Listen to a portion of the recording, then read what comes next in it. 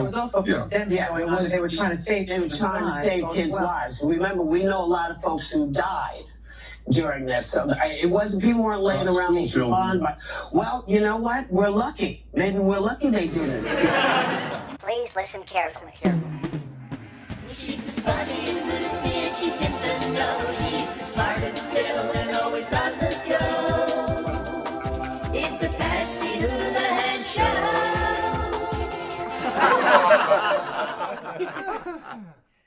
Well, I gotta tell you, we used Dr. Phil in our promo of the beginning of the show, and boy, he is smart. This week, he went on The View to talk about his brand new book. And, of course, they thought that he was a liberal like them, so they were all excited in the beginning, and they talked about how he's stopped doing his show, and now he's on other shows, and he's going to start a network and do all this stuff. And then all the crap hit the fan. And it's just continued on and on and on. And then COVID hits 10 years later, and the same agencies that knew that are the agencies that shut down the schools for 2 years. Who does that? Who takes away the support system for these children? Who takes them away and shuts it down? And by the way, when they shut it down, they stopped the mandated reporters from being able to see children that were being abused and sexually molested, and in fact sent them home and abandoned them to their abusers with no way to watch, and referrals dropped 50 to 60%. So it was also they were trying to save kids' lives. Remember, we know a lot of folks who died during this. So it wasn't, people weren't laying around on, but, well, you know what? We're lucky. Maybe we're lucky they didn't, because... All right, so a couple of things here. First of all, understand what Sonny Hostin and Whoopi Goldberg just did there, right? He says, look, the children got addicted to these screens. It was already bad for their social anxiety. We already knew that, and then we forced them to stay home, and they stay on the screens. That exacerbated it.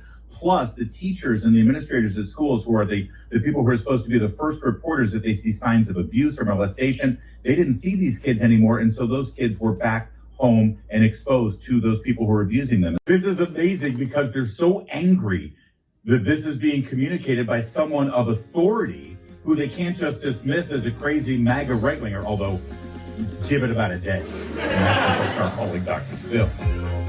Boy, they were really pissed, and they were just really trying to hold it together.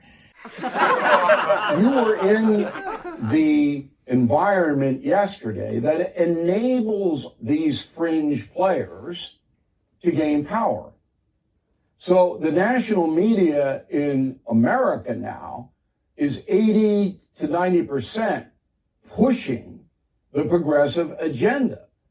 That's what really has driven this so quickly and gotten into the woke, equity, America's bad, we need to throw out everything zone, because the media does not challenge that.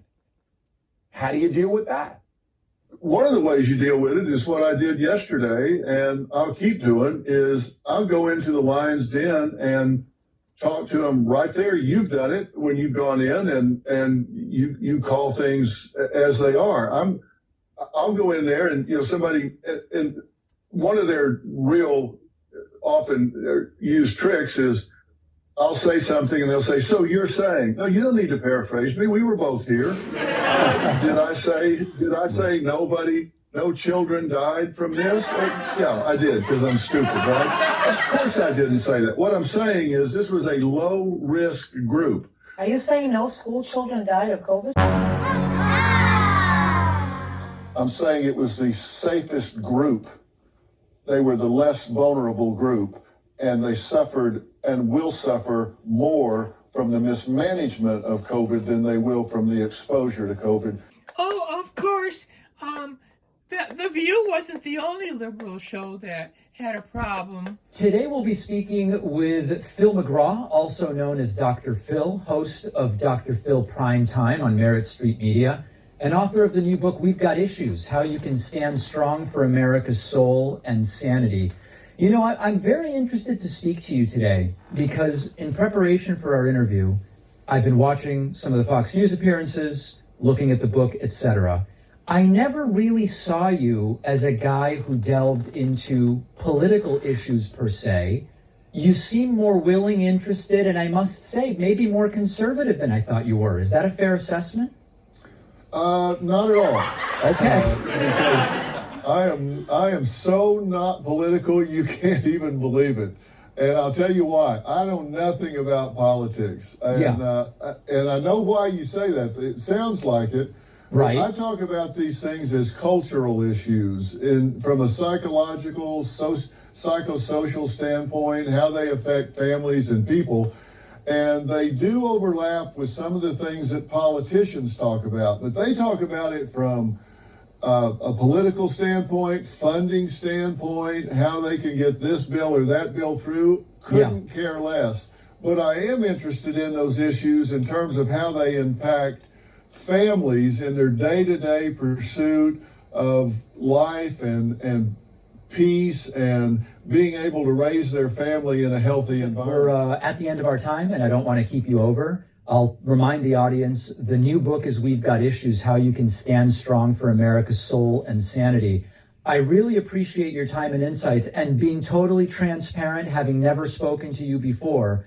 A lot of what you're saying sounds very conservative to me, which doesn't necessarily mean it's bad. I happen not to be a conservative. Some in our audience are. That's my read of it all, and I think it's very interesting to see you wading into some of these topics. And don't forget that I said I was going to send you a list of professors that have had consequences, and I expect you to share that with your listeners when I do. We will include it in the YouTube description. You have my promise, sir. All right. And you have my promise, I'll send it to you. Anyway, back to The View. If all that doesn't make you think that there's bias, you know how on The View, anytime somebody comes, talks about a book, they give the book to all the members of the audience? They didn't do that with Dr. Phil. They just cut the show off at the very end. And they suffered and will suffer more from the mismanagement of COVID than they will from the exposure to COVID. And that's not an opinion, that's a fact. Well, Phil, we don't even have time to talk it out now, man. Well, Dr. Phil had a lot more to say about the border and gender and stuff, but you know what? That's something for another time. And sorry that my mouth is clicking so much. I usually have a piece of foam in there that keeps it from clapping like that.